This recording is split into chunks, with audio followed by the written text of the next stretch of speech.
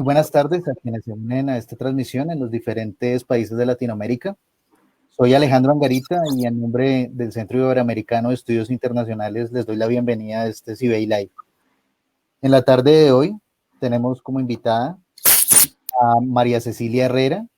Ella es de nacionalidad ecuatoriana, quien nos va a hablar del estado actual de vulneración al derecho a la educación en Latinoamérica.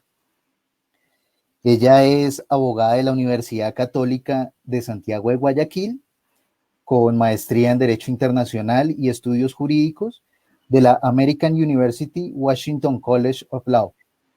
Asimismo, María Cecilia es experta en Derecho Internacional de los Derechos Humanos y Derecho Internacional Humanitario y es especialista en Derecho Penal Internacional. Nuestra invitada además cuenta con experiencia como oficial de protección en la Oficina del Alto Comisionado de las Naciones Unidas para los Refugiados en Belice, en Grecia y en Ecuador. Además, pues ha sido asesora en el Parlamento Andino, en la Fiscalía General del Estado, específicamente en la Comisión de la Verdad y Derechos Humanos de Ecuador, y también como docente en Derechos Humanos. María Cecilia, muchas gracias por acompañarnos esta tarde. Antes de iniciar con tu charla, quisiera que nos contaras cómo se encuentra tu ciudad, Guayaquil, actualmente. Sabemos pues los momentos difíciles que pasaron por el COVID y pues que quizás nos comentaras cómo han ido superando esta situación y pues también teniendo en cuenta que pues no hay que bajar la guardia y que allá están también ahorita con un posible rebrote. Hola Alejandro, muchas gracias por la introducción. Muy buenas tardes a todas y todos. Es realmente un gusto y un honor estar con ustedes en esta tarde. Todo mi agradecimiento, por supuesto, a la Fundación CIBEI por la organización de este evento con una temática que es muy relevante para nuestra región. Un saludo fraterno a todas las personas que se han conectado también desde las distintas redes sociales. Antes que nada, recordar, ¿no? Que de acuerdo con varios estudios, Ecuador es el país con la tasa de mortalidad más alta por el coronavirus en el mundo, ¿no? Guayaquil, que es mi ciudad natal, es la ciudad que peor manejó la pandemia también a nivel mundial. Y sí, efectivamente, ya han pasado algunos meses, digamos, desde el pico, digamos, de la pandemia que se vivió aquí en la ciudad de Guayaquil. Ustedes deben haber visto en las redes sociales, en los distintos medios de comunicación, toda la tragedia que vivimos. Y yo sí quisiera explicar, ¿no? A modo de preámbulo, qué llevó y qué ocasionó esto, ¿no? Y es importante tener el contexto del sistema de salud ecuatoriano, ¿no? El sistema de salud en nuestro país venía siendo debilitado en los últimos 3 años. La inversión en salud disminuyó aproximadamente 66 millones entre 2018 y 2019, es decir, aproximadamente un 36%. Y además 2.500 empleados públicos del sector de salud fueron despedidos el año pasado también, ¿no? Cumpliendo con disposiciones de austeridad. Entonces estamos hablando de un sistema sanitario que había sido debilitado por completo, que no tenía la capacidad para enfrentar una crisis de esta magnitud y que producto de estas decisiones en Guayaquil el sistema sanitario colapsó, ¿no? Ahora una emergencia similar se está viviendo en la ciudad de Quito, que es nuestra ciudad capital, donde no hay suficientes camas en los hospitales para todos los casos que hay, lastimosamente, ¿no? Bueno, también hay que tener en cuenta que Guayaquil es la ciudad con la mayor cifra de trabajadores informales del país, la ciudad con más personas en situación de pobreza, ¿no? Para entender un poco por qué nos golpeó tanto esta tragedia, esta pandemia, ¿no? Guayaquil es la ciudad con más desigualdad también, ¿no? Y para un trabajador informal, estar encerrado en su casa, en cuarentena, es un día que ni él ni su familia puede comer, porque evidentemente ellos viven del día a día.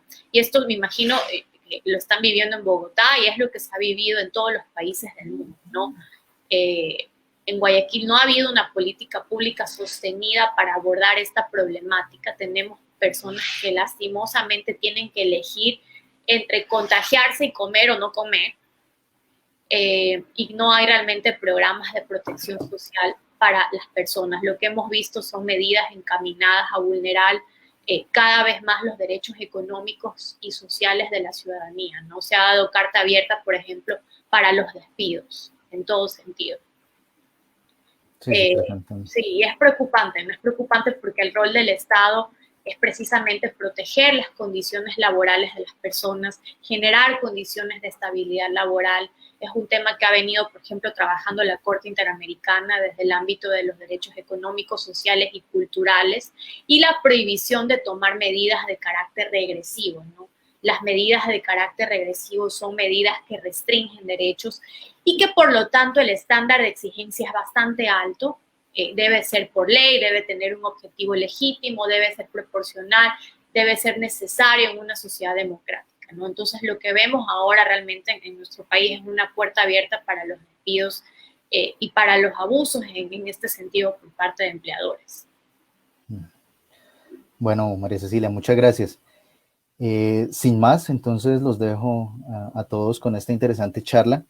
Les comento, en caso de tener alguna pregunta o quieran hacer algún comentario, lo pueden ir escribiendo entonces en el chat, en el Facebook, y serán transmitidos entonces al final de la charla. Bienvenidos todos. Bienvenida, María Cecilia. Muchas gracias. Gracias. Bueno, el tema de mi ponencia el día de hoy es el estado actual de vulneración del derecho a la educación en Latinoamérica. Y me voy a enfocar principalmente en el tema del derecho a la educación desde el contexto de la crisis sanitaria que vivimos en la actualidad. En este sentido, yo he dividido mi ponencia en tres grandes temas. En primer lugar, me referiré a la brecha digital que existe en nuestra región. En segundo lugar, abordaré la crisis educativa y cómo esta crisis afecta de manera desproporcionada a los grupos más vulnerables de la población. Y en tercer lugar, me voy a referir a la situación de la educación superior en América Latina. Bien, a modo de introducción, solo decir que diversos organismos de derechos humanos han dicho que la pandemia no solo es una crisis de salud pública, sino también una crisis de derechos humanos. La Organización de Naciones Unidas ha dicho que la crisis del COVID-19 no se puede atender desde una óptica aislada de una emergencia sanitaria, sino que debe manejarse desde un enfoque integral de derechos humanos. Y se deben considerar varios principios transversales, como lo son la no discriminación, la participación, la rendición de cuentas. Es decir, las autoridades estatales deben responder a la crisis sin perder de vista, por supuesto, las obligaciones internacionales en materia de derechos humanos, que no pueden ser derogadas aún en tiempos de emergencia. Uno de estos es, por supuesto, el principio de no discriminación.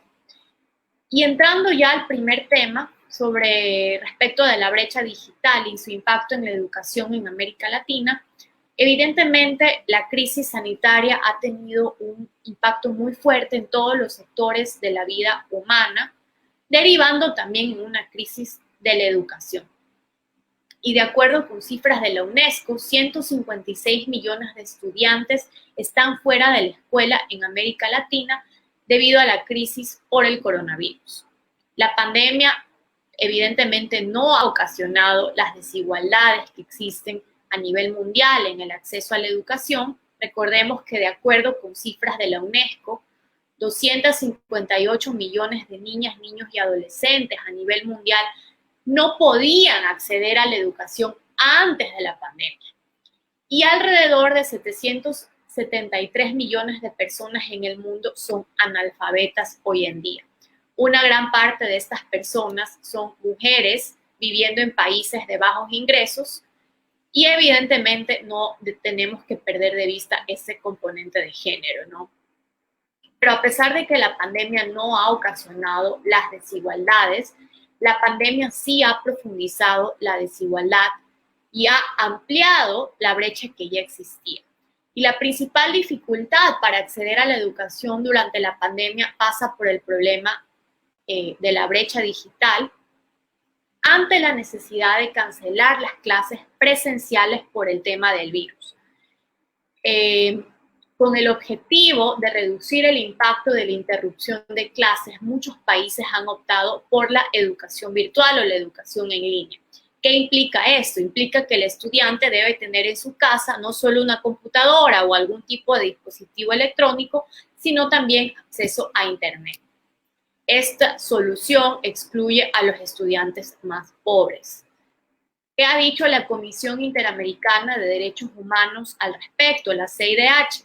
La CIDH ha dicho que si bien la educación a distancia es una herramienta importante durante la pandemia, esta es una medida que no atiende a todas las niñas, niños y adolescentes de forma equitativa, de forma en una situación de igualdad, porque el acceso a Internet y a dispositivos electrónicos lastimosamente no está universalizado en la región latinoamericana.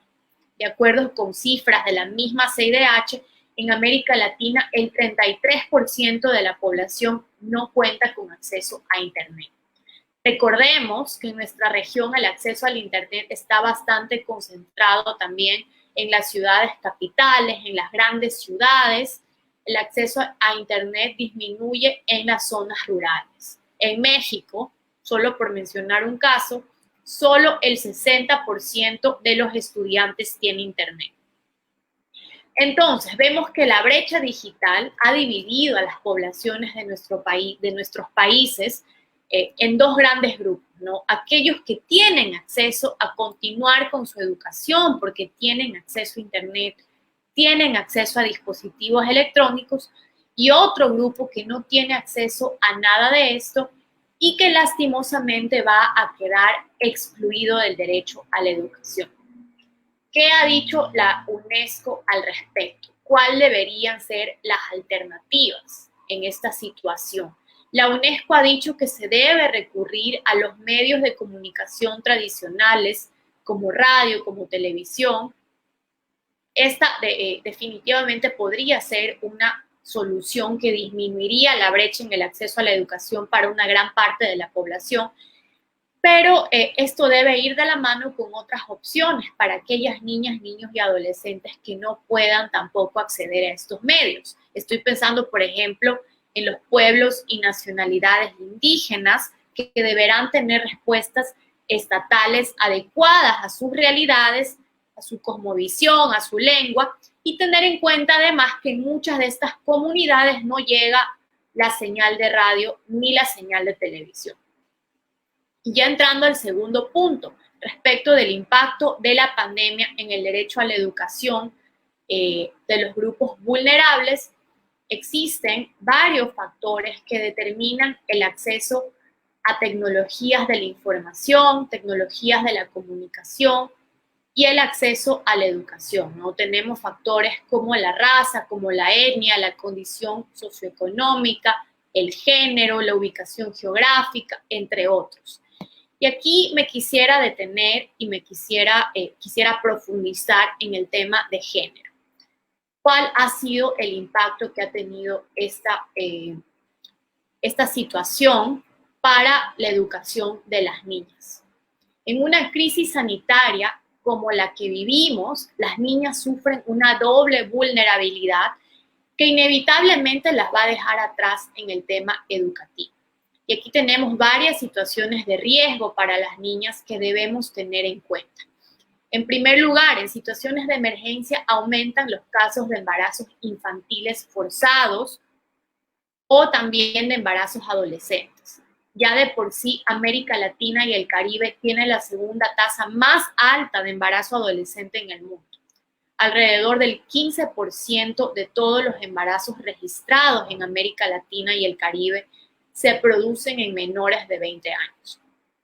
Recordemos que el embarazo precoz también está relacionado de manera muy estrecha con situaciones de pobreza, situaciones de exclusión social, de violencia sexual y violencia de género. Muchas de las adolescentes que quedan embarazadas ya habían dejado previamente la escuela o se ven obligadas a dejarla debido a su embarazo, lo cual tiene un impacto a largo plazo en sus oportunidades educativas y laborales, en su seguridad económica y en su capacidad para participar en la vida pública y política.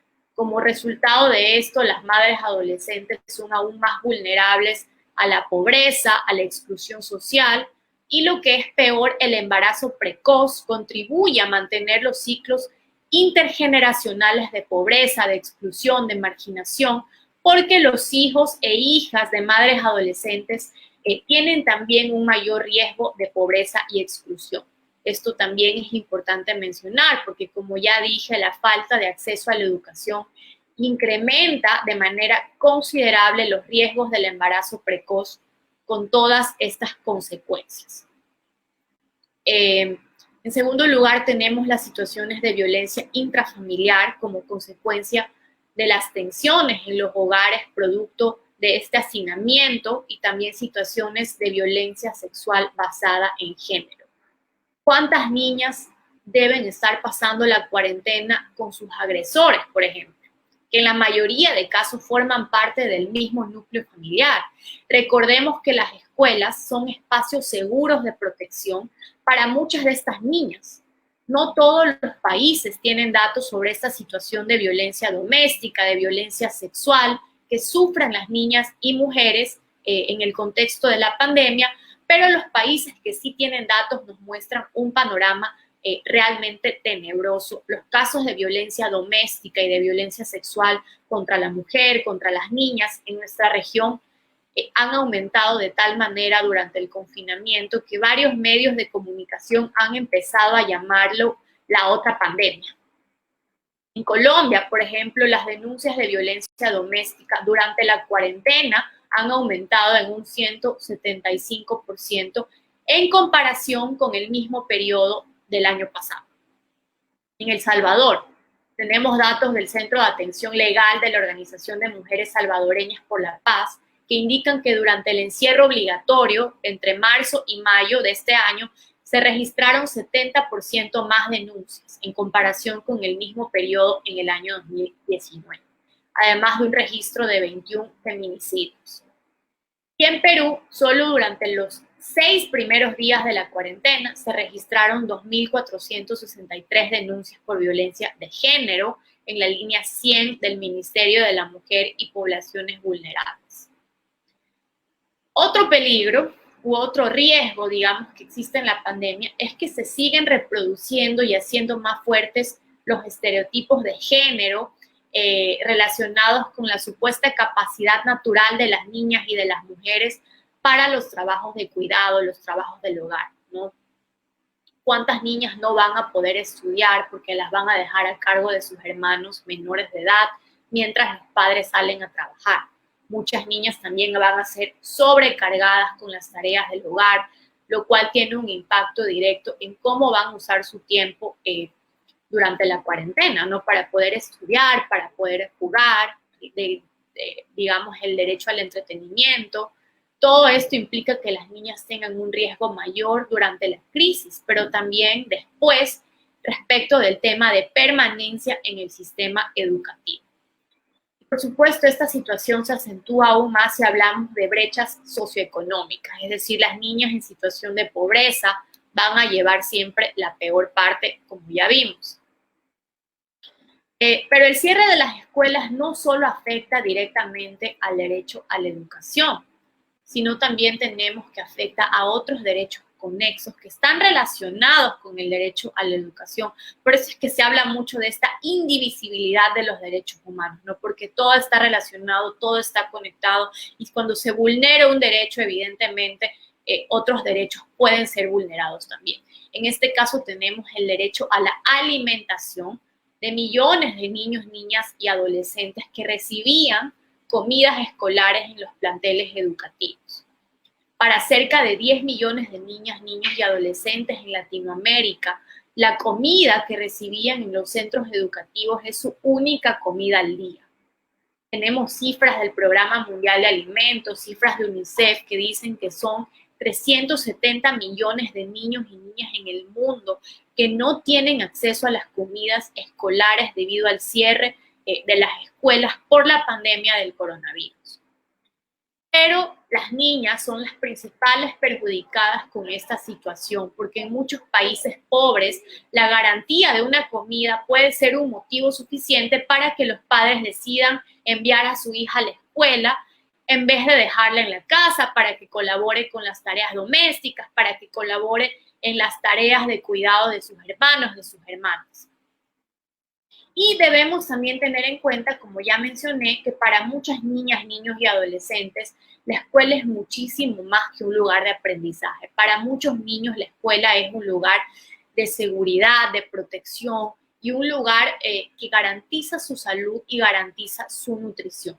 Entonces se debe contemplar dentro de las políticas públicas para reducir el impacto del COVID-19 el tema de los servicios de nutrición para los niños, niñas y adolescentes más vulnerables de cada país.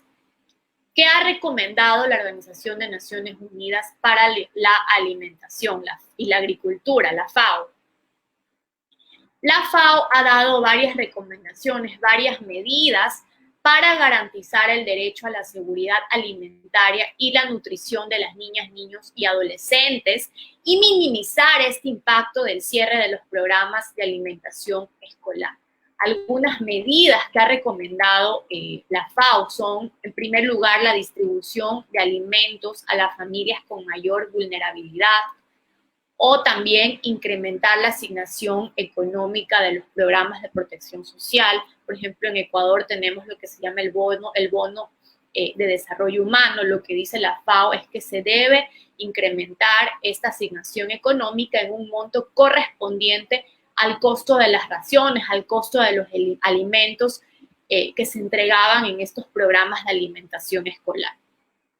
También la FAO también habla de entrega de raciones de alimentos de emergencia en comunidades, en los territorios más vulnerables, en coordinación con organismos del gobierno, con cooperación internacional inclusive. También se habla de exonerar de impuestos alimentos de primera necesidad para familias con hijos en edad escolar, especialmente para trabajadores de los sectores económicos más afectados.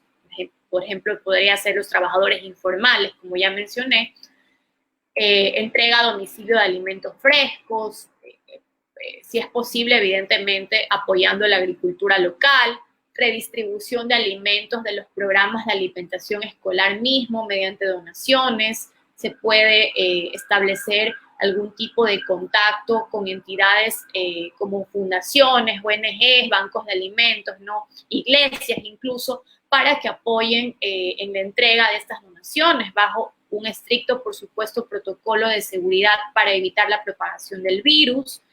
Se pueden establecer mesas de alimentos, de nutrición, en la que participen sectores encargados de programas de alimentación, donde se puedan identificar otros grupos de alto riesgo de inseguridad alimentaria, como los adultos mayores que viven solos, que están aislados por su situación actual.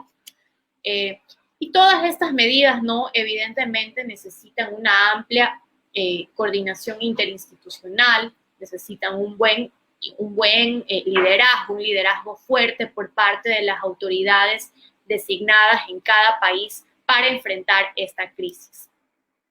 Luego tenemos el tercer punto, que es el impacto del COVID-19 en la educación superior. Según datos de la UNESCO, aproximadamente 24 millones de estudiantes universitarios en América Latina y cerca de 1.4 millones de docentes se han visto afectados de manera directa por el cierre de las instituciones de educación superior por motivo de la pandemia, lo que amenaza con profundizar las desigualdades educativas que ya había en la región antes de la pandemia.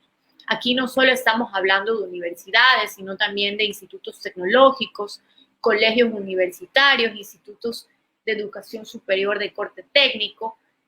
Y aquí también, en este tema, quisiera dividirlo en varios subtemas. Primero me voy a referir al impacto que tendrá la pandemia en los estudiantes universitarios, luego me voy a enfocar en los docentes y en tercer lugar en la demanda de la educación superior. ¿Cómo ha tenido la pandemia un impacto en la demanda de la educación superior?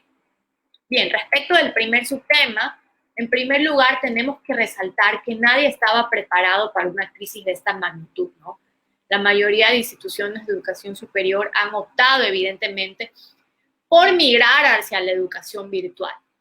Sin embargo, esta migración ha sido bastante abrupta. Muchos de los contenidos de las materias de la enseñanza, por ejemplo, no son compatibles con la enseñanza virtual, lo cual se va a traducir inevitablemente en brechas de aprendizaje, brechas de conocimiento en los estudiantes. Respecto del tema del acceso a Internet, lo cual es un gran indicador para evaluar el acceso a la educación superior, tenemos que solo 1 de cada 2 estudiantes universitarios dispone de Internet en casa, pero si desglosamos este dato, vemos que existe una gran diferencia, una diferencia muy marcada en este acceso entre zonas urbanas y zonas rurales. Por ejemplo, en Ecuador, solo el 16% de la población rural tiene acceso a Internet. Otro dato importante es que el 40% de las comunidades indígenas de América Latina se encuentran en zonas rurales. Sin embargo, las cifras también nos indican que las tasas de líneas móviles de celular son extremadamente elevadas en nuestra región. Y esto es un indicador muy importante, es un dato que se debería tomar en cuenta para desarrollar soluciones tecnológicas y contenidos que se usen a través de teléfonos móviles y que no requieran conexión a Internet. Otro desafío que enfrentan los estudiantes universitarios en nuestra región es la pérdida de espacios de estudio. Muchos estudiantes no cuentan con espacios dentro de sus hogares para estudiar, o muchos estudiantes viven en hogares con varios miembros de la familia que también se encuentran estudiando o que se encuentran teletrabajando. Entonces el espacio es reducido o incluso hay hacinamiento.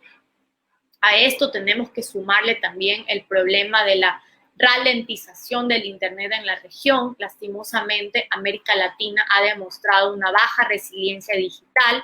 El 40% de los trabajadores a nivel mundial han pasado al teletrabajo y esto ha puesto un gran peso sobre los sistemas de Internet. Países como Brasil, Chile, Ecuador, México han mostrado una conexión bastante inestable de Internet durante la pandemia, evidentemente porque se han saturado los sistemas con el teletrabajo.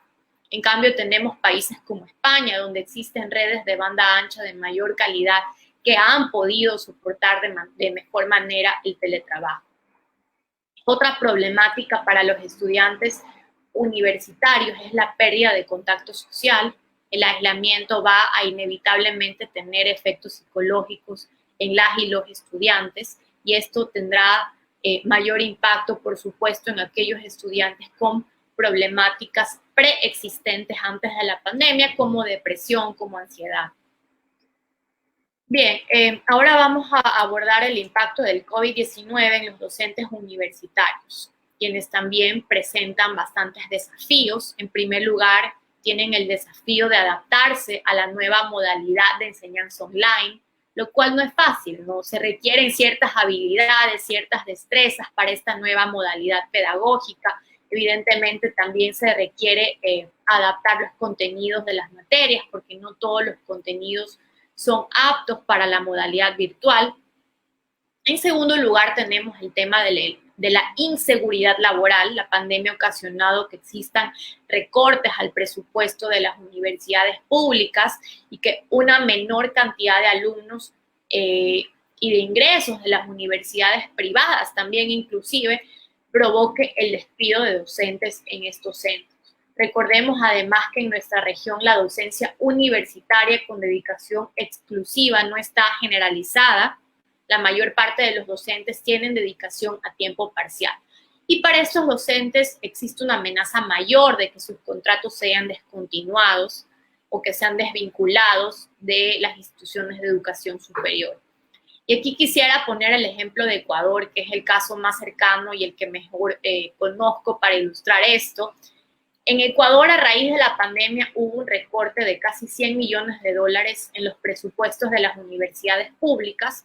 En la práctica, esto ha significado el despido de miles de docentes, de personal administrativo, de 26 universidades públicas, 3 universidades de posgrado, afectando incluso a 8 universidades cofinanciadas que requieren de presupuesto estatal para sobrevivir.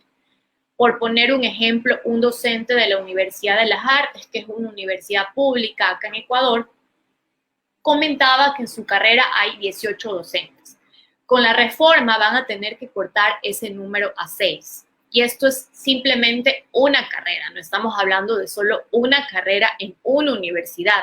Multipliquemos eso por cada carrera de las 37 universidades públicas y de las y cofinanciadas, y son miles de docentes que han perdido o que van a perder sus empleos. A esto le debemos sumar que el Consejo de Educación Superior del Ecuador aprobó unas reformas transitorias que van de la mano del recorte y que también implican otras formas de precarización laboral y que lastimosamente también tendrán un impacto en la calidad educativa, ¿no? Mediante estas reformas se aumenta la carga horaria de los docentes hasta 26 horas semanales. Evidentemente va de la mano con lo otro, porque si hay menos docentes, los docentes que quedan son los que tienen que asumir esas horas, ¿no? Entonces se aumenta la carga horaria de los docentes hasta 26 horas semanales, me refiero a horas efectivas de clase, que no incluye el tiempo que le toma a un docente preparar su clase, grabarla, subirla a la plataforma, más el trabajo administrativo, más calificar tareas y exámenes. Esto evidentemente supera de largo las 40 horas semanales que por ley alguien debe trabajar en nuestro país.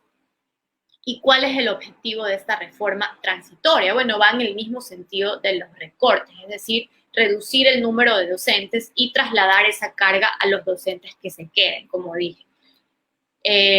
Esto evidentemente afecta mucho más a las docentes mujeres.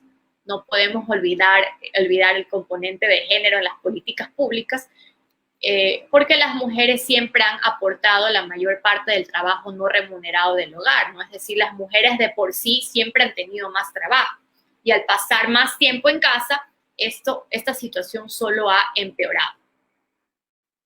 Las reformas del Consejo de Educación Superior también aumentan el número de estudiantes por paralelo, que ahora podrán tener hasta 100 estudiantes. Entonces, un docente a tiempo completo puede llegar a tener 8 paralelos de 100 estudiantes cada uno, lo cual quiere decir que puede tener 800 estudiantes por periodo, por semestre. Estamos hablando de una real masificación de las clases, que es realmente problemática, porque ¿qué tipo de educación puede impartir un docente con esa cantidad de alumnos, ¿no? ¿Cómo va a calificar las pruebas? ¿En qué momento se va a dedicar la investigación? La investigación, evidentemente, también está siendo perjudicada. Y ahora, entrando al tercer subtema, que es la demanda de la educación superior, tenemos que, de acuerdo con cifras de la UNESCO, a corto plazo va a haber un número de estudiantes que ya no va a volver a las aulas. Este porcentaje, dice la UNESCO, que es difícil de estimar. En Estados Unidos, por ejemplo, se hizo el cálculo porque se hizo una encuesta a estudiantes de pregrado. Y lo que arrojó esta encuesta es que 1 de cada 6 estudiantes no va a volver al campus cuando las actividades presenciales se reanuden. Pero también algo interesante es que 4 de cada 10 van a seguir tomando cursos de educación superior a distancia. ¿Y cuáles son las razones detrás de esto?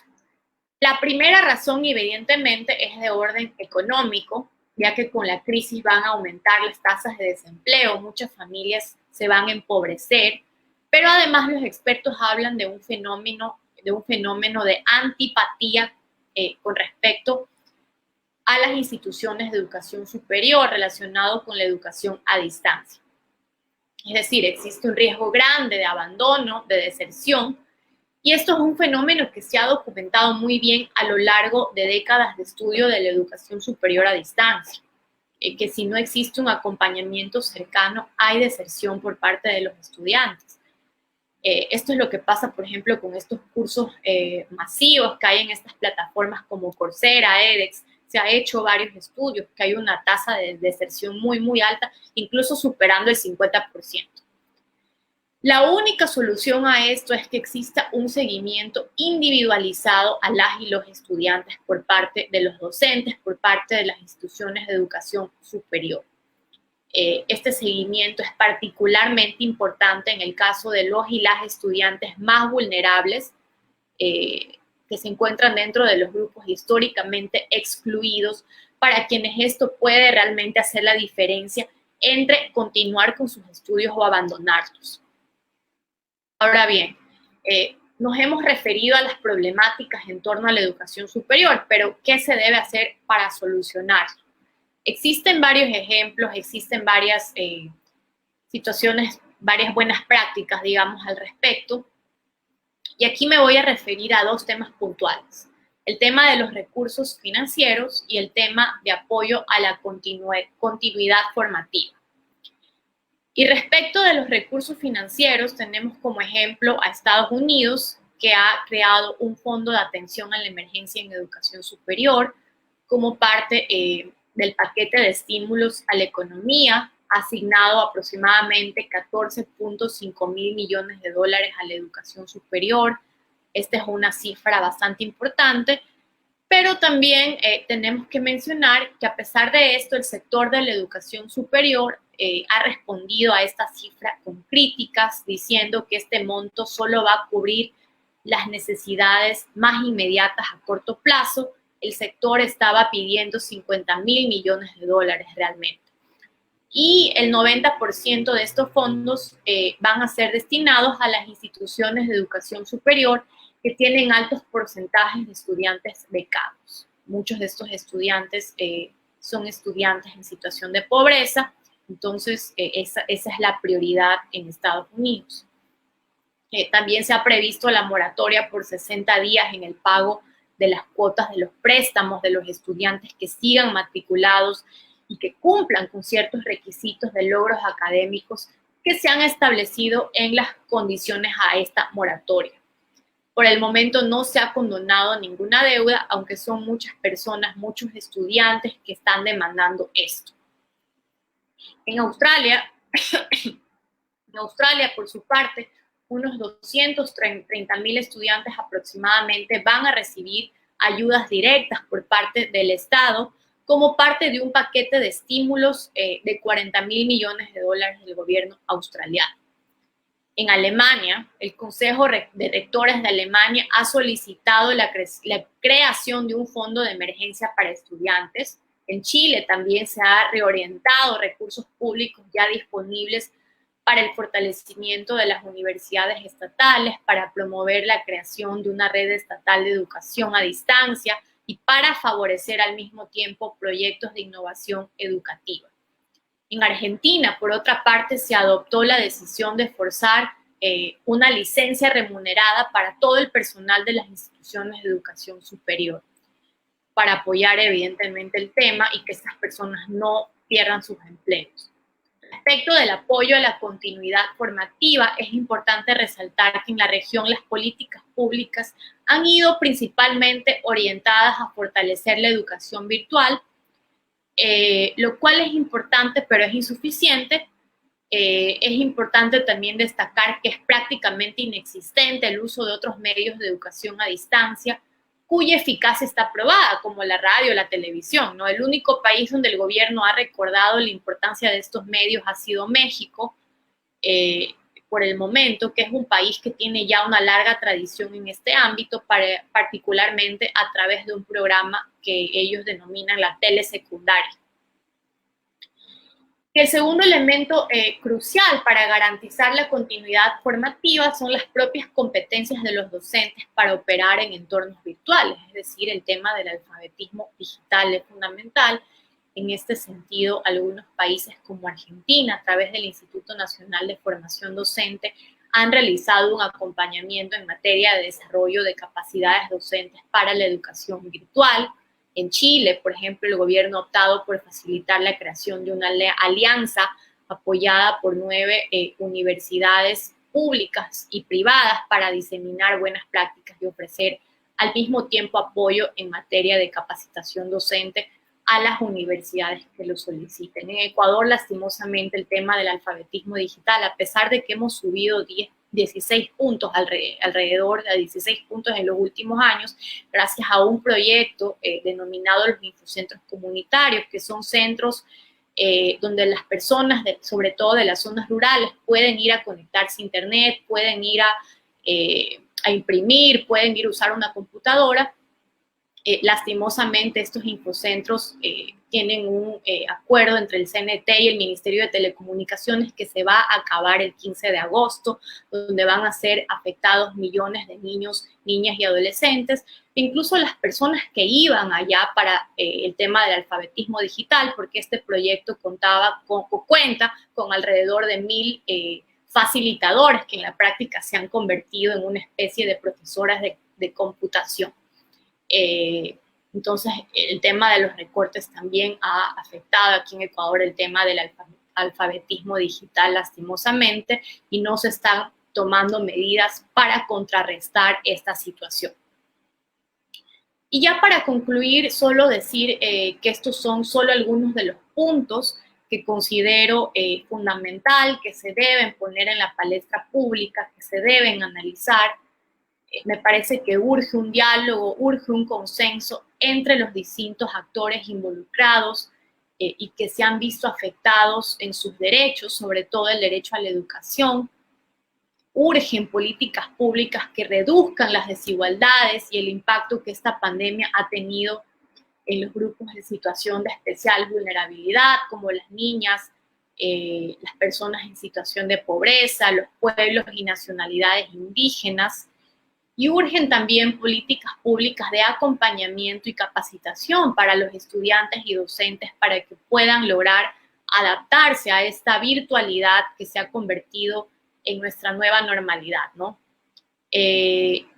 Doy por terminado mi ponencia de esta forma. Muchísimas gracias. Si tienen preguntas, por favor, me las hacen llegar.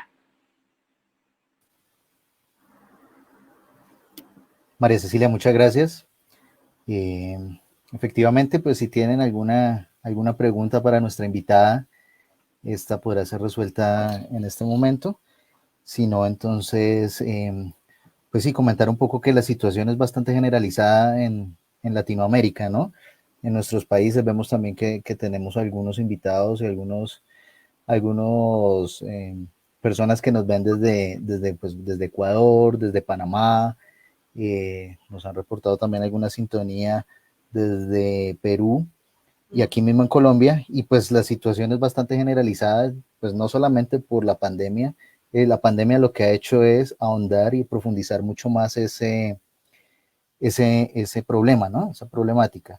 Tenemos aquí un comentario que entonces lo voy a publicar, María Cecilia, para que lo puedas ver. Claro. Daniel Rodríguez. En la ponencia veo un enfoque hacia la afectación que tiene la pandemia en los objetivos de desarrollo sostenible 4 y 5, que se refieren a la educación de calidad y la igualdad de género. Transversalmente también hay un desafío que tiene que ver con la conectividad. ¿Cuál cree que es el escenario idóneo o mecanismo regional, actual o nuevo para hacer frente a la agudización de estas problemáticas a causa de la situación actual de emergencia, o se debería mantener la agenda actual? No sé si se refiere a la agenda actual con los objetivos de desarrollo sostenible o, en todo caso, ¿cuál me parece que es el escenario idóneo o mecanismo regional para, bueno, como dije, ¿no? Yo creo que es fundamental que los distintos actores involucrados tengan un diálogo, que exista un diálogo con la academia también, que exista un diálogo con la cooperación internacional. Hay organismos que son importantes porque tienen cierta experticia en estos temas, tienen cierta experiencia, han venido trabajando estos temas por muchísimos años y creo que se les debe escuchar, se les debe dar la credibilidad que merecen. Por ejemplo, estoy hablando de la UNESCO, de UNICEF, que ya han sacado algunas publicaciones con recomendaciones, con sugerencias de medidas que deben adoptar los países de la región para hacer frente a esta situación. Una de las recomendaciones, por ejemplo, es que en el momento de la reactivación económica se ponga como punto central, como eje central de la reactivación al tema de la educación, al tema de la investigación en los institutos de educación superior, investigación no solo en las áreas tecnológicas y en las áreas de salud relacionadas con la pandemia, sino investigación en todos los temas, incluso en los temas para la misma reactivación, investigación sobre turismo, investigación sobre economía, investigación en todas las áreas importantes para la reactivación económica en nuestros países. Y por supuesto también tenemos que tener en cuenta el tema de la desigualdad, ¿no? O sea, yo creo que ya es hora de que nuestra región se tome en cuenta y se haga un esfuerzo consciente en solucionar estas graves situaciones de desigualdad que vive una gran parte de la población, ¿no? Una situación de exclusión tremenda, y creo que esta es una crisis que nos ha ayudado a visibilizar eso. Ahora, si es una crisis que nos va a ayudar a que efectivamente haya una conciencia y que exista la voluntad política para cambiar eso, bueno, eso lo vamos a ver en los próximos años, definitivamente. Así es. ¿Cómo se puede llegar a disminuir el analfabetismo digital en la educación rural? Bueno, yo puse un ejemplo muy claro, que es un proyecto acá en Ecuador, que se llama los infocentros comunitarios. ¿Qué son estos infocentros? Los infocentros son lugares, digamos, donde se han instalado computadoras que tienen acceso a Internet y que cuentan con un facilitador. Entonces, los niños pueden ir a estos infocentros. En Ecuador, por ejemplo, hay 800 infocentros a nivel, más o menos a nivel nacional, y la mayoría de estos se encuentran en parroquias rurales, es decir, parroquias que históricamente han tenido un bajo acceso a las tecnologías de la información, tecnologías de la comunicación. Entonces, los niños pueden acercarse a estos infocentros a imprimir sus tareas, a hacer sus tareas, a conversar con los facilitadores, a pedirles apoyo a los facilitadores, pero no solo los niños, tenemos adultos mayores, incluso los padres de familia que han tenido problemas graves para acceder a las plataformas virtuales, incluso los docentes que también han tenido problemas graves en el tema del alfabetismo digital para poder acceder a estas plataformas y dar clases a los estudiantes. Entonces yo creo que este tipo de proyectos son los proyectos que se deben potenciar, que se deben fortalecer, y es realmente una lástima que en mi país no solo no se fortalezca este tipo de proyectos que han sido realmente beneficiosos para las poblaciones históricamente excluidas, como digamos las personas que viven en las zonas rurales, sino que se pretenda recortar, se pretenda eliminar este tipo de proyectos en aras de una supuesta crisis, de una supuesta austeridad, cuando lo que se debería recortar son otros sectores menos prioritarios, ¿no? Porque la educación es tan fundamental, es un derecho, debería ser parte de el primer eje, digamos, del progreso de un país. Y ahí sí yo me pregunto a qué le estamos apostando como país, ¿no? ¿A qué le estamos, si no es a la educación, a qué le estamos apostando como país?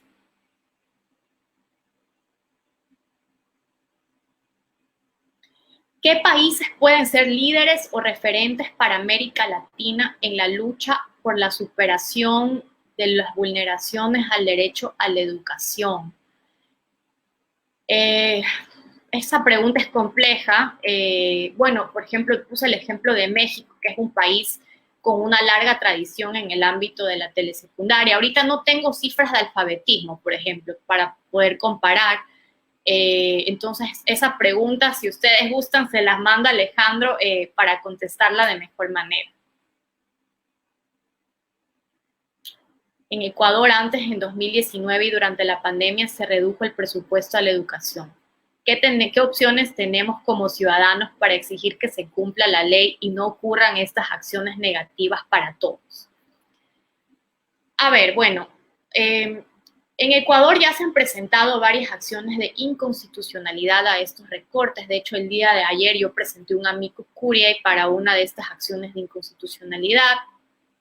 Lo que se está esperando es que la Corte Constitucional resuelva. Y bueno, no, pero también es importante decir que no podemos solamente enfocarnos en, digamos, en el área jurídica, en el área judicial, sino que este tipo de acciones deben ir encaminadas a una lucha general, a una lucha más integral por la dignidad de nuestros países. Y en este sentido me parece importante que las personas sí se apropien digamos, del discurso de los derechos humanos y puedan usarlo en su beneficio. No solamente a través de las vías judiciales, sino a través de otras vías. Por ejemplo, en nuestro país, nuestra Constitución contempla el derecho a la resistencia. Entonces, ¿cómo nos apropiamos como ciudadanía de ese derecho para exigir de manera legítima que se respete y que se garantice el derecho a la educación, por ejemplo? No sé si hay alguna otra pregunta. ¿Cuál nivel de educación se verá más afectado? Mira, yo no me gustaría hablar por nivel de educación, o sea, si te refieres a primaria, secundaria, educación superior, me parece que todos los niveles de educación tienen sus retos, tienen sus desafíos en el contexto de esta pandemia, pero por supuesto lo que sí tenemos que tener en cuenta es que existen ciertos grupos de la población que son más vulnerables a los impactos de la pandemia y a los impactos de la pandemia en la educación superior, como ya dije. No tenemos, por ejemplo, el tema de género, las niñas, tenemos el tema de las poblaciones y nacionalidades indígenas, tenemos las personas en situación de pobreza, ¿no? Que muchas de estas personas dependían de la alimentación escolar. Tenemos el tema de la raza, muchas poblaciones afrodescendientes también están en una situación de especial vulnerabilidad también en nuestros países, en los distintos países de la región.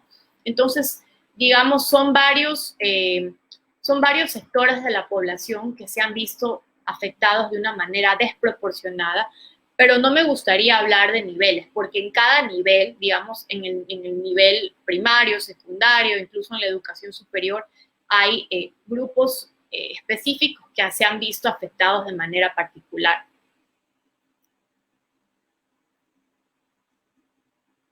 Aquí en Panamá se conocen como infoplazas, los infocentros, pero muchas cerraron ya que no son sostenibles por los gobiernos de turno. Sí, es una lástima que este tipo de proyectos se cierren, ¿no? Cuando lo que debería hacer es fortalecerse. Bueno, ya entonces damos por terminada los comentarios y preguntas que puedan entonces existir. María Cecilia, pues muchas gracias por tu excelente charla y presentación para la comunidad CIBEI. Es un gusto que nos hayas podido acompañar, exaltamos tu labor como experta y defensora en derechos humanos en Ecuador y bueno, en algunos otros países en Latinoamérica. Y bueno, a quienes nos acompañaron en esta transmisión, los invito a nuestro siguiente CIBEI Live, que es este martes que viene, 21 de julio. Va a ser a las 3 p.m. con una invitada también muy especial. Se trata de Betilde Muñoz Pogosian, directora del Departamento de Inclusión Social de la Organización de los Estados Americanos, OEA.